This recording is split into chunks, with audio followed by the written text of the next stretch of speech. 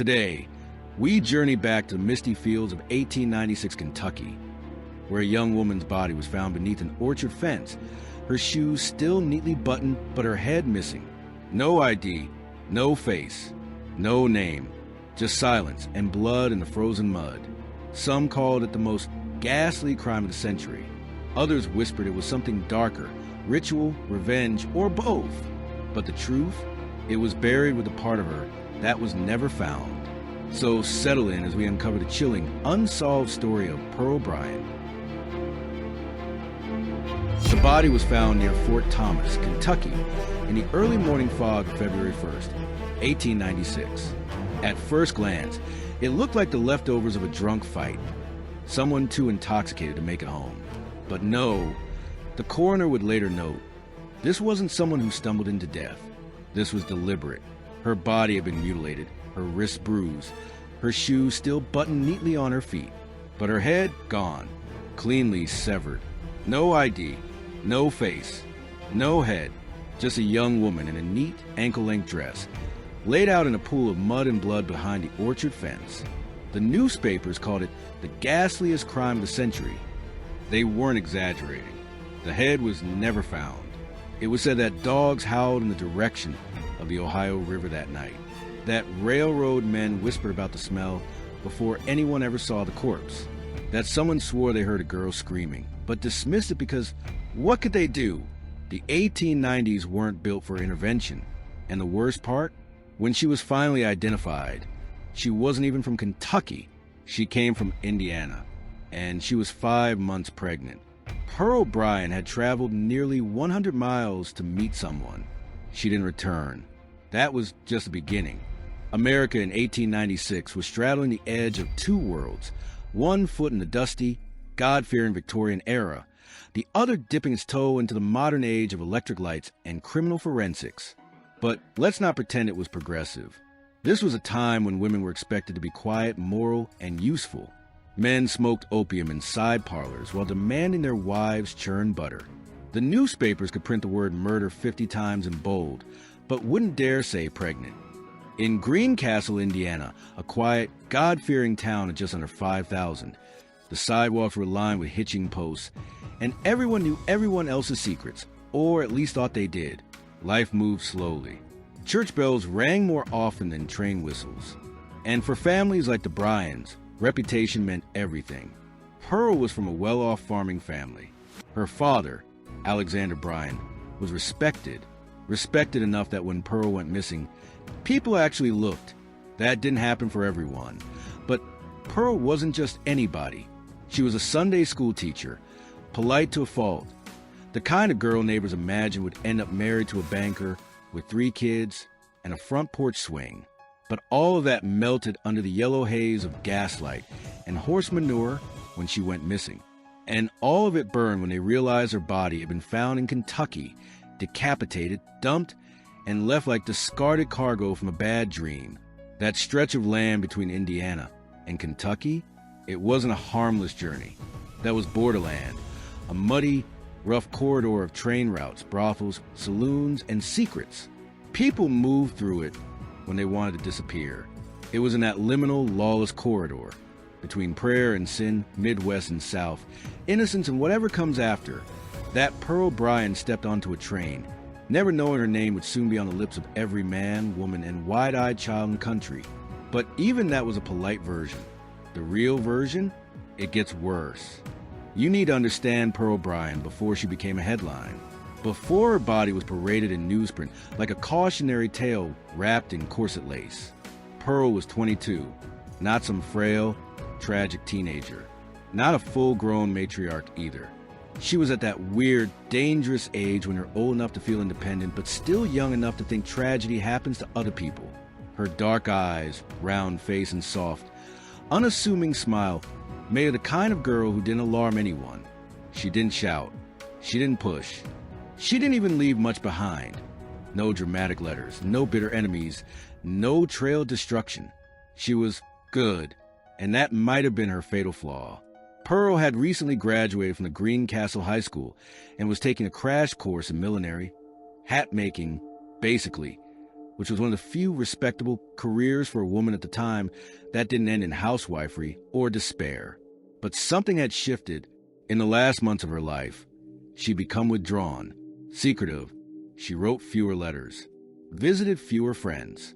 And then one day, without warning, she left. She told her parents she was going to visit friends. A lie, so small it fit in her mouth like a peppermint. Her family didn't press. Why would they? Pearl never caused trouble. Pearl was the kind of daughter who put flowers in a vase without being asked. They didn't know she was pregnant. They didn't know she'd been writing to a man named Scott Jackson. They didn't know that behind her prim exterior, something dangerous had already rooted itself in her life. Something sweet-talking, well-dressed, and utterly merciless. Pearl wasn't reckless. She wasn't naive. What she was trusting. And in a century where men carried scalpels in their coat pockets and could lie without blinking, that trust would cost her everything. The tragedy wasn't just that she died. It's that she thought she was meeting someone who'd help her. It started, as most terrible things do, with charm. Scott Jackson was not a monster at first glance. He was a dental student. Neat hair, pressed collar, fake sophistication dripping from every syllable. He could quote scripture when it suited him. Talked like a gentleman. Looked like a future. Women didn't run from him. They leaned in, and Pearl leaned. Jackson and Pearl met in Greencastle, where he'd briefly studied at DePauw University. He left before finishing, fled under rumors of theft and debt, but Pearl kept writing him letters. There's no record of what those letters said. But what we do know is that when she found herself pregnant, alone, unmarried, and in 1896, she turned to him. Let that sink in a time when an unwed pregnancy could reduce a woman to a whisper. Pearl reached out to a man already hiding in the shadows of a dozen lies. Because what other choice did she have? There were no clinics, no support groups, no safe options. There was shame. That's it. Shame or a solution. And Scott Jackson offered one. He wrote back, vague assurances, veiled promises. He told her to come to Cincinnati to meet him in secret. He said he could take care of it. You don't have to be a historian to know what that meant. Abortion wasn't legal. It wasn't safe. It was often improvised surgery in back rooms with tools not made for flesh. And Scott wasn't even a licensed dentist yet. He'd practiced pulling teeth on cadavers. Pearl, desperate, took a train to meet him anyway. She arrived on January 28, 1896. She was spotted in a Cincinnati shoe store, buying a new pair of boots. The clerk said she seemed nervous, that she was accompanied by two men, Jackson, and another dental student named Alonzo Walling. After that, she vanished. 3 days later, her body was found headless in a field across the state line. Pearl came to Cincinnati hoping for help. She got murder. Imagine being the detective handed this case. A woman, decapitated, dumped in the frozen mud of a Kentucky orchard. No purse, no ID, no head, no witnesses, no recent reports of missing persons in the area. Just a corpse and a growing crowd of gawkers whispering hellish theories like it's free theater. And then someone notices the shoes.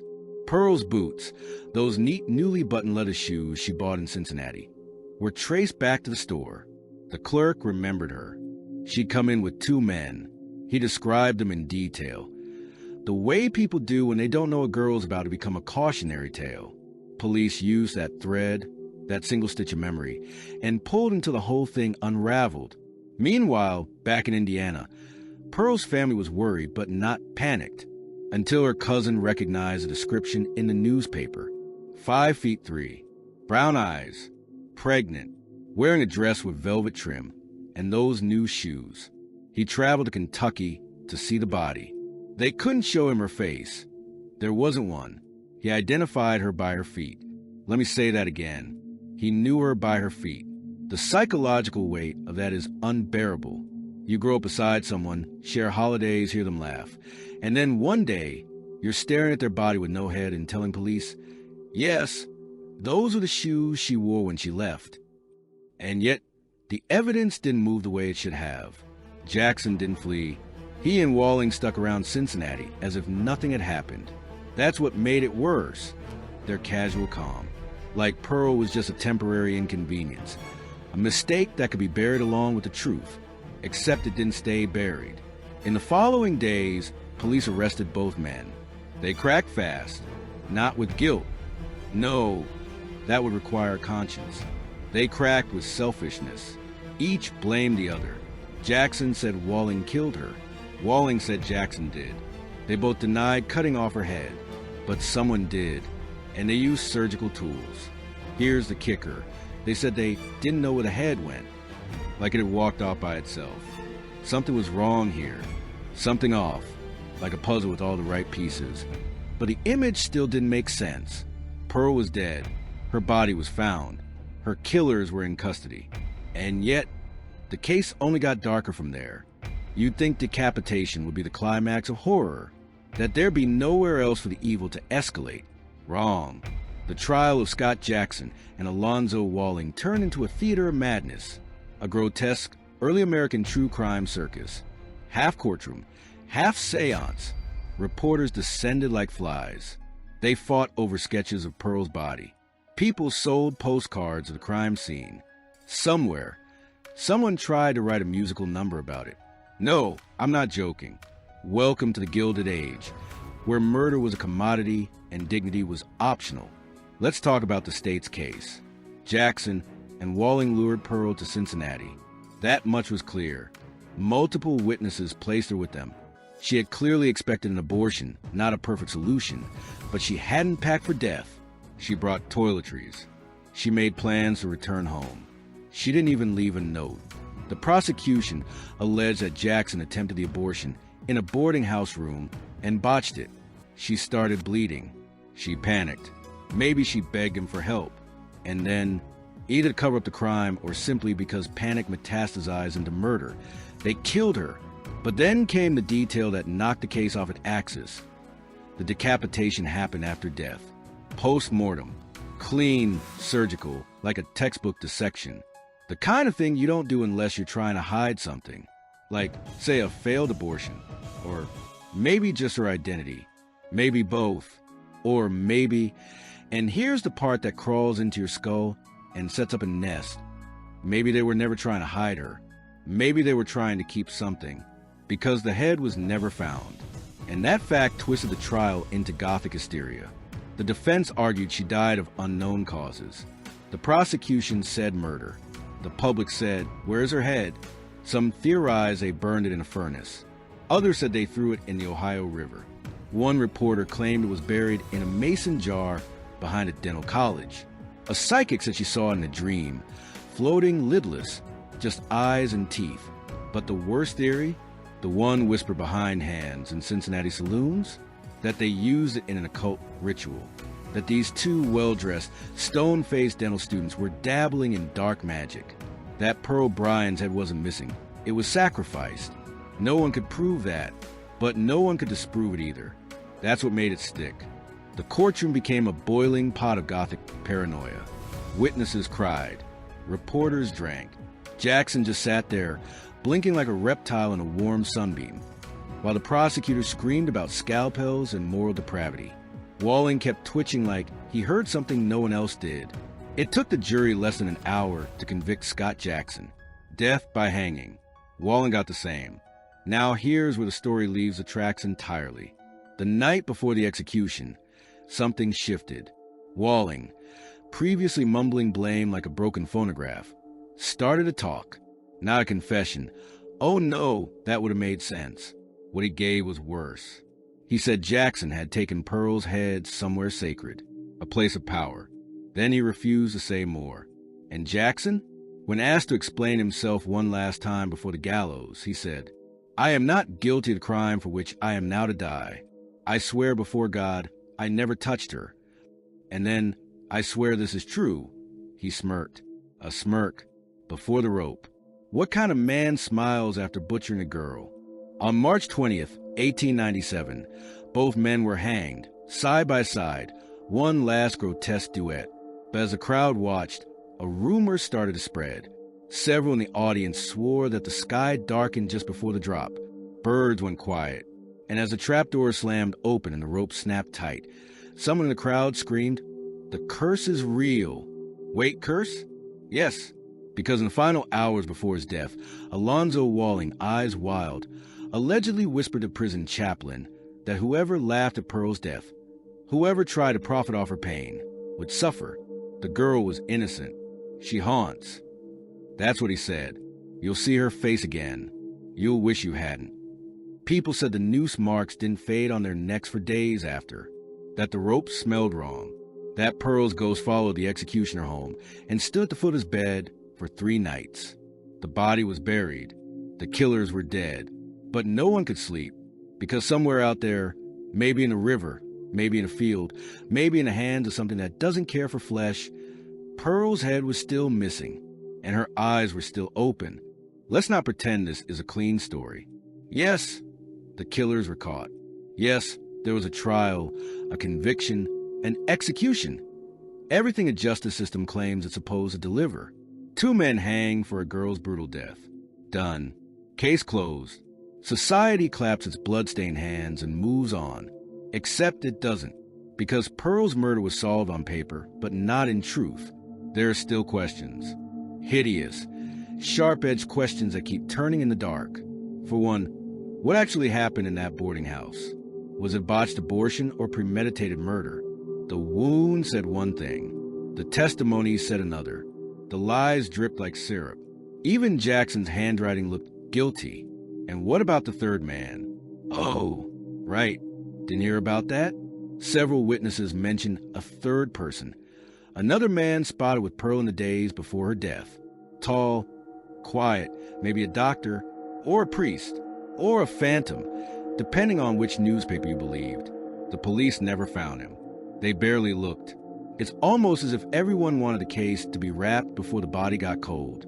And then there's the head. They dragged the Ohio River for weeks, searched basements, furnaces, backwoods creeks, even offered a reward, $100 in 1896, which today would buy you a used car or a very nervous lawyer. No one came forward. No kids found in the woods. No dogs dug it up. No drunken confessions in saloons. It just vanished, as if decapitation didn't happen with knives, but with some spectral pair of scissors that snipped her identity from the fabric of reality. What were they hiding? If they'd burned it, there'd be evidence. If they buried it, someone would have cracked. But they didn't. They carried it somewhere, and they kept it, like a trophy, or worse, like an offering. This is the part that haunts. Pearl Bryan wasn't just murdered. She was erased. You can visit her grave in Greencastle. There's a headstone. There's grass. There are flowers. But under the soil, her body still isn't whole. And if you stand there long enough, thinking about it, listening to the wind rattle the old trees, you start to understand. Pearl didn't just die that night in Kentucky. A piece of her is still missing. You'd think a murder this grotesque would carve its way into the permanent consciousness of America, like Jack the Ripper or Lizzie Borden or Leopold and Loeb. But Pearl? She slipped through the cracks. Her name faded. Her grave grew moss. That's the thing about women who die quiet deaths. The world moves on like they were never screaming. In Greencastle, Indiana, people stopped saying her name out loud after a few years. Local papers stopped printing anniversary pieces. Her family stopped talking altogether. Pearl became awkward, the kind of memory that sits in a dusty photo album and never makes it to the family slideshow. But Cincinnati and Newport, where the trial unfolded, never forgot. Not entirely. The execution site became a kind of cursed landmark. Old prison workers whisper about footsteps in empty halls. Tour guides swore they heard crying in the night. Paranormal shows, the cheap ones with static and shaky cameras, kept returning to the old gallows and calling out, "Pearl, are you there?" People wanted her ghost to be real, because the reality was too awful. A trusting woman murdered, her body desecrated, her killer smug to the end, and nothing restored. There's even a bar near the spot where her headless body was found. It's called the Bobby Mackey's Music World. If you believe the ghost hunters, and you probably shouldn't, but let's entertain the thought. Pearl's spirit is one of several that roam the basement. Screams, flickering lights, blood that appears and vanishes. A portal to hell. Yes, They said the well in the basement is a portal to hell, because apparently it wasn't enough to murder a woman. We needed to make it entertainment, too. This is Pearl Bryan's legacy. Folklore, ghost stories. Token mentions in haunted travel blogs and bad Halloween episodes.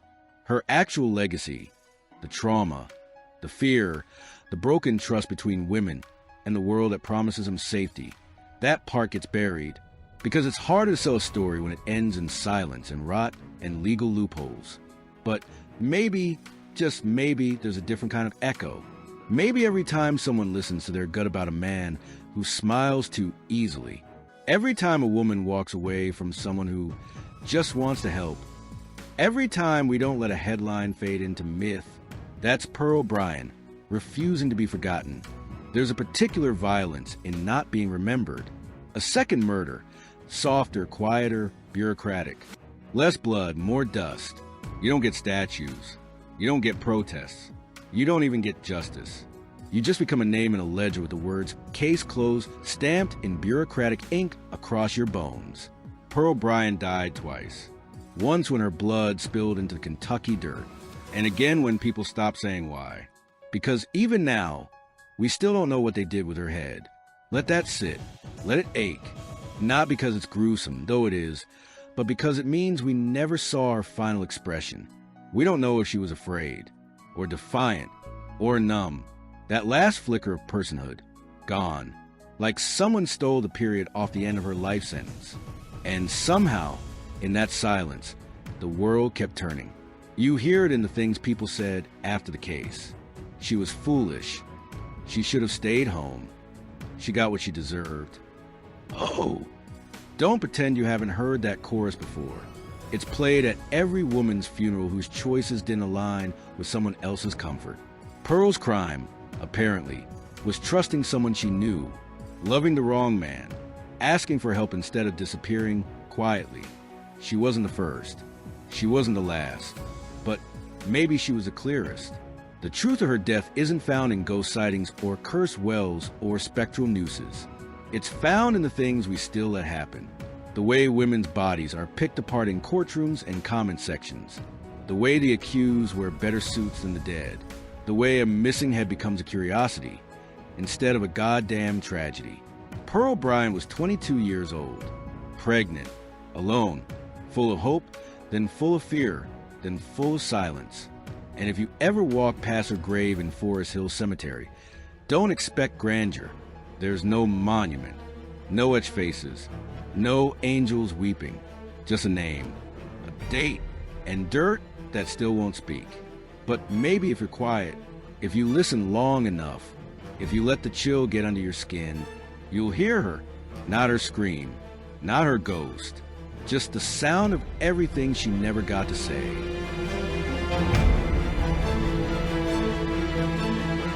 Hello everyone, and thank you so much for listening. As usual, please leave any comments or feedback you may have, and I hope to see you all again in the next case.